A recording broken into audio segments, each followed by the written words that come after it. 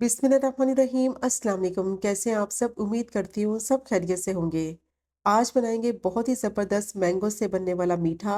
Mango का season है तो ये ज़बरदस्त मीठा आप ज़रूर ट्राई करें इस ईद पर, जो कि बहुत ही ज़्यादा टेस्टी भी बनता है और बनाना भी इसको बेहद आसान है। मिनटों में ये बनकर तैयार हो जाता है। तो बहुत ही मज़ेदार मैंगो कस्टर्ड डिलाइट बनाएंगे।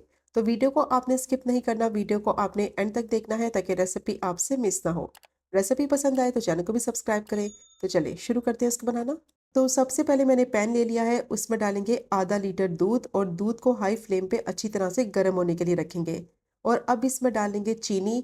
तो आधा कप से थोड़ा सा कम मैंने चीनी ली है। चीनी आप अपने हिसाब से कम या ज़्यादा ऐड कर सकते हैं, जितना मीठा आपको पसंद है उस हिसाब से आप चीनी डाल दें।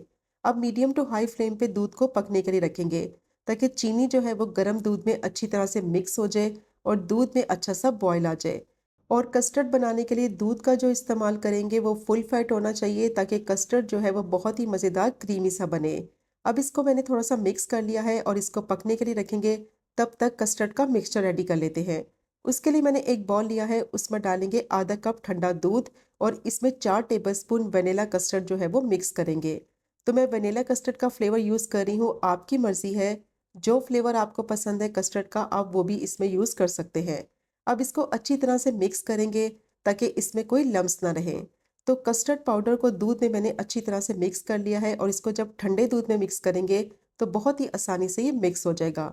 अब दूध को चेक कर लेते हैं। दूध जो है वो अच्छी तरह से पकने लगा है और चीनी जो है वो दूध में अच्छी तरह से मिक्स हो चुकी है।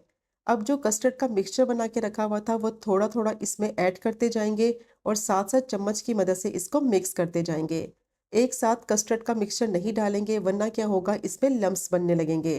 तो इसको मैं थोड़ा थोड़ा मिक्स भी करती जा रही हूँ दूध के अंदर, और साथ साथ चम्मच भी चलाती जा रही हूँ ताकि इसमें कोई लम्स ना बने। तो सारा कस्टर्ड का मिक्सचर जो है वो मैंने इसमें डाल दिया है और अब इसको अच्छी तरह से मिक्स करेंगे।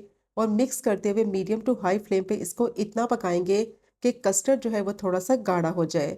कस्टर्ड पकाते वक्त मुसलसल इसमें चम्मच चलाएंगे ताकि कस्टर्ड जो है वो पैन में नीचे ना लगे। तो इसको मैंने 5 से 6 मिनट तक मीडियम टू हाई फ्लेम पे अच्छी तरह से पका लिया है। और देखिए कस्टर्ड जो है वो अच्छी तरह से थिक हो गया है। ज़्यादा इसको गाढ़ा नहीं करेंगे क्योंकि ठंडा होने के बाद ये मज़ीद गाढ़ा होगा।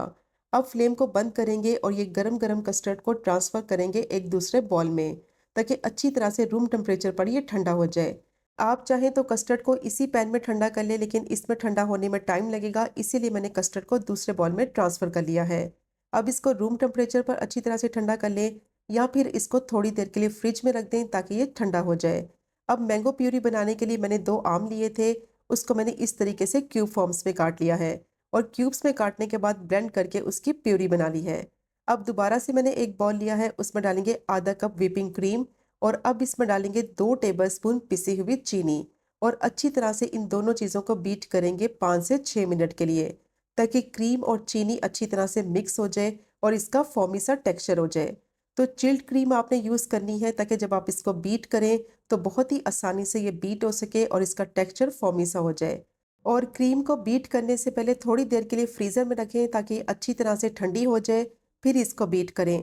और जो इसमें चीनी इस्तेमाल करेंगे वो पिसी हुई चीनी इस्तेमाल करें, ताकि क्रीम में ये अच्छी तरह से मिक्स हो जाए, क्योंकि अगर दानेदार चीनी इस्तेमाल करेंगे तो उसको बीट करने में टाइम लगेगा। अब क्रीम जो है वो रेडी हो गई है, इसको साइड पे रखेंगे। तो अब मैंने मैंगो जेली का एक पैकेट लिया था, उसको मैंने बनाकर बॉल में इस तरीके से सेट कर लिया है और अब इसके क्यूब्स कट कर लेंगे। तो मैंगो कस्टर्ड डिलाइट बना रहे हैं, इसीलिए मैंने मैंगो फ्लेवर की जेली ली है। अगर आपको दूसरा फ्लेवर कोई पसंद है तो आप वो भी इस्तेमाल कर सकते हैं।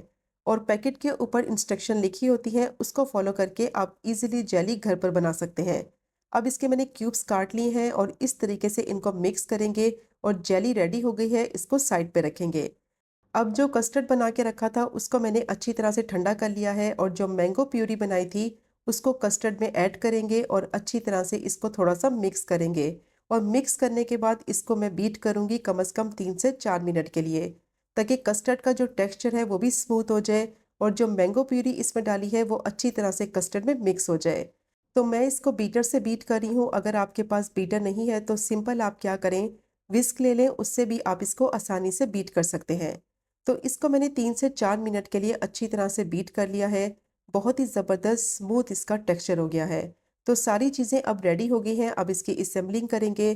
तो इस तरह की कोई डिश ले लें, सबसे पहले बॉटम में लगाएँगे कस्टर्ड का मिक्सचर। तो कस्टर्ड की लेयर जो है वो मैंने डिश में लगा दी है और अब इसके ऊपर लगाएँगे बिस्किट की लेयर। तो बिस्किट मैंने लिए हैं और अब मैंने आधा कप दूध लिया है, दूध को मैंने थोड़ा-सा गरम कर लिया था। बिस्किट को इस तरीके से डिप करेंगे दूध में और इसकी लेयर लगाते जाएँगे कस्टर्ड के ऊपर। तो जो बिस्किट आप इस्तेमाल करें, कोशिश करें वो ज़्यादा मीठे ना हो। मैरी बिस्किट ले लें या फिर जो बिस्किट आपको पसंद है, आप वो भी इस्तेमाल कर सकते हैं। तो बस इस तरीके से बिस्किट को दूध में डिप करते जाएँगे और इस तरीके से इसकी लेयर लगाते जाएँगे। तो कस्टर्ड के ऊपर मैंने बिस्किट की लेयर लगा दी है, अब इसके ऊपर लगाएँगे दोबारा से कस्टर्ड की लेयर। कस्टर्ड की लेयर जो है वो अच्छी तरह से लगाएँगे ताकि बिस्किट जो है वो कस्टर्ड की लेयर से अच्छी तरह से कवर हो जाए। और अब इसके ऊपर लगाएँगे जेली की लेयर। तो इस तरीके से जेली जो है वो कस्टर्ड के ऊपर डालते जाएँगे। तो देखें कितनी ज़बरदस्त जेली सेट हो गई है। जेली को आपने कम से कम 3 से 4 घंटे के लिए रखना है फ्रिज में ताकि ये अच्छी तरह से सेट हो जाए। तो अब जेली की लेयर जो है वो भी मैंने लगा दी है कस्टर्ड के ऊपर और अब इसके ऊपर डालेंगे मैंगो।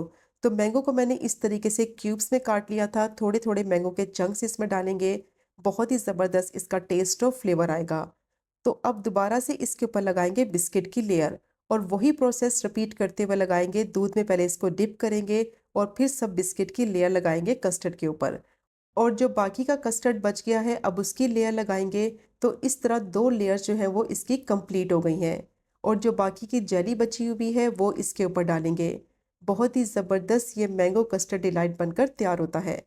अब ये 2 लेयर्स कंप्लीट हो गई हैं और लास्ट में इसके ऊपर डालेंगे जो व्हिपिंग क्रीम को बीट करके रखा हुआ था और इसकी लेयर अब अच्छी तरह से स्प्रेड कर देंगे पूरी डिश में। तो कोई स्पैचुला ले लें या फिर कोई चम्मच ले लें, उसकी मदद से पूरे कस्टर्ड के ऊपर इसको स्प्रेड कर देंगे। और व्हिपिंग क्रीम को जैसे ही आप बीट करें, इसको फ्रीज़र में रखें कम से कम 10 मिनट के लिए, ताकि ये अच्छी तरह से चिल्ड हो जाए और जब ये चिल्ड हो जाएगी तो सेट करने में भी आसानी होगी। तो स्पैचुला की मदद से व्हिप क्रीम को अच्छी तरह से मैंने कस्टर्ड के ऊपर स्प्रेड कर दिया है।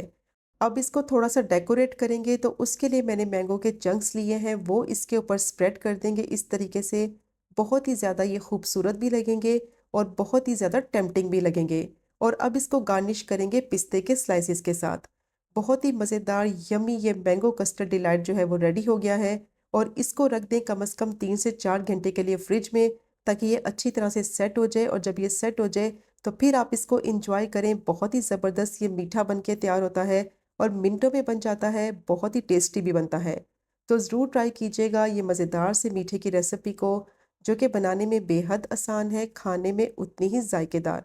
और अगर आपको आज की वीडियो पसंद आए तो चैनल को सब्सक्राइब करें, वीडियो को लाइक करें और शेयर करें। इंशाल्लाह मिलेंगे अगले कुकिंग व्लॉग में फिर एक नए रेसिपी के साथ। तब तक मुझे अपनी ख़ास दुआ में याद रखें। अल्लाह हाफ़िज़।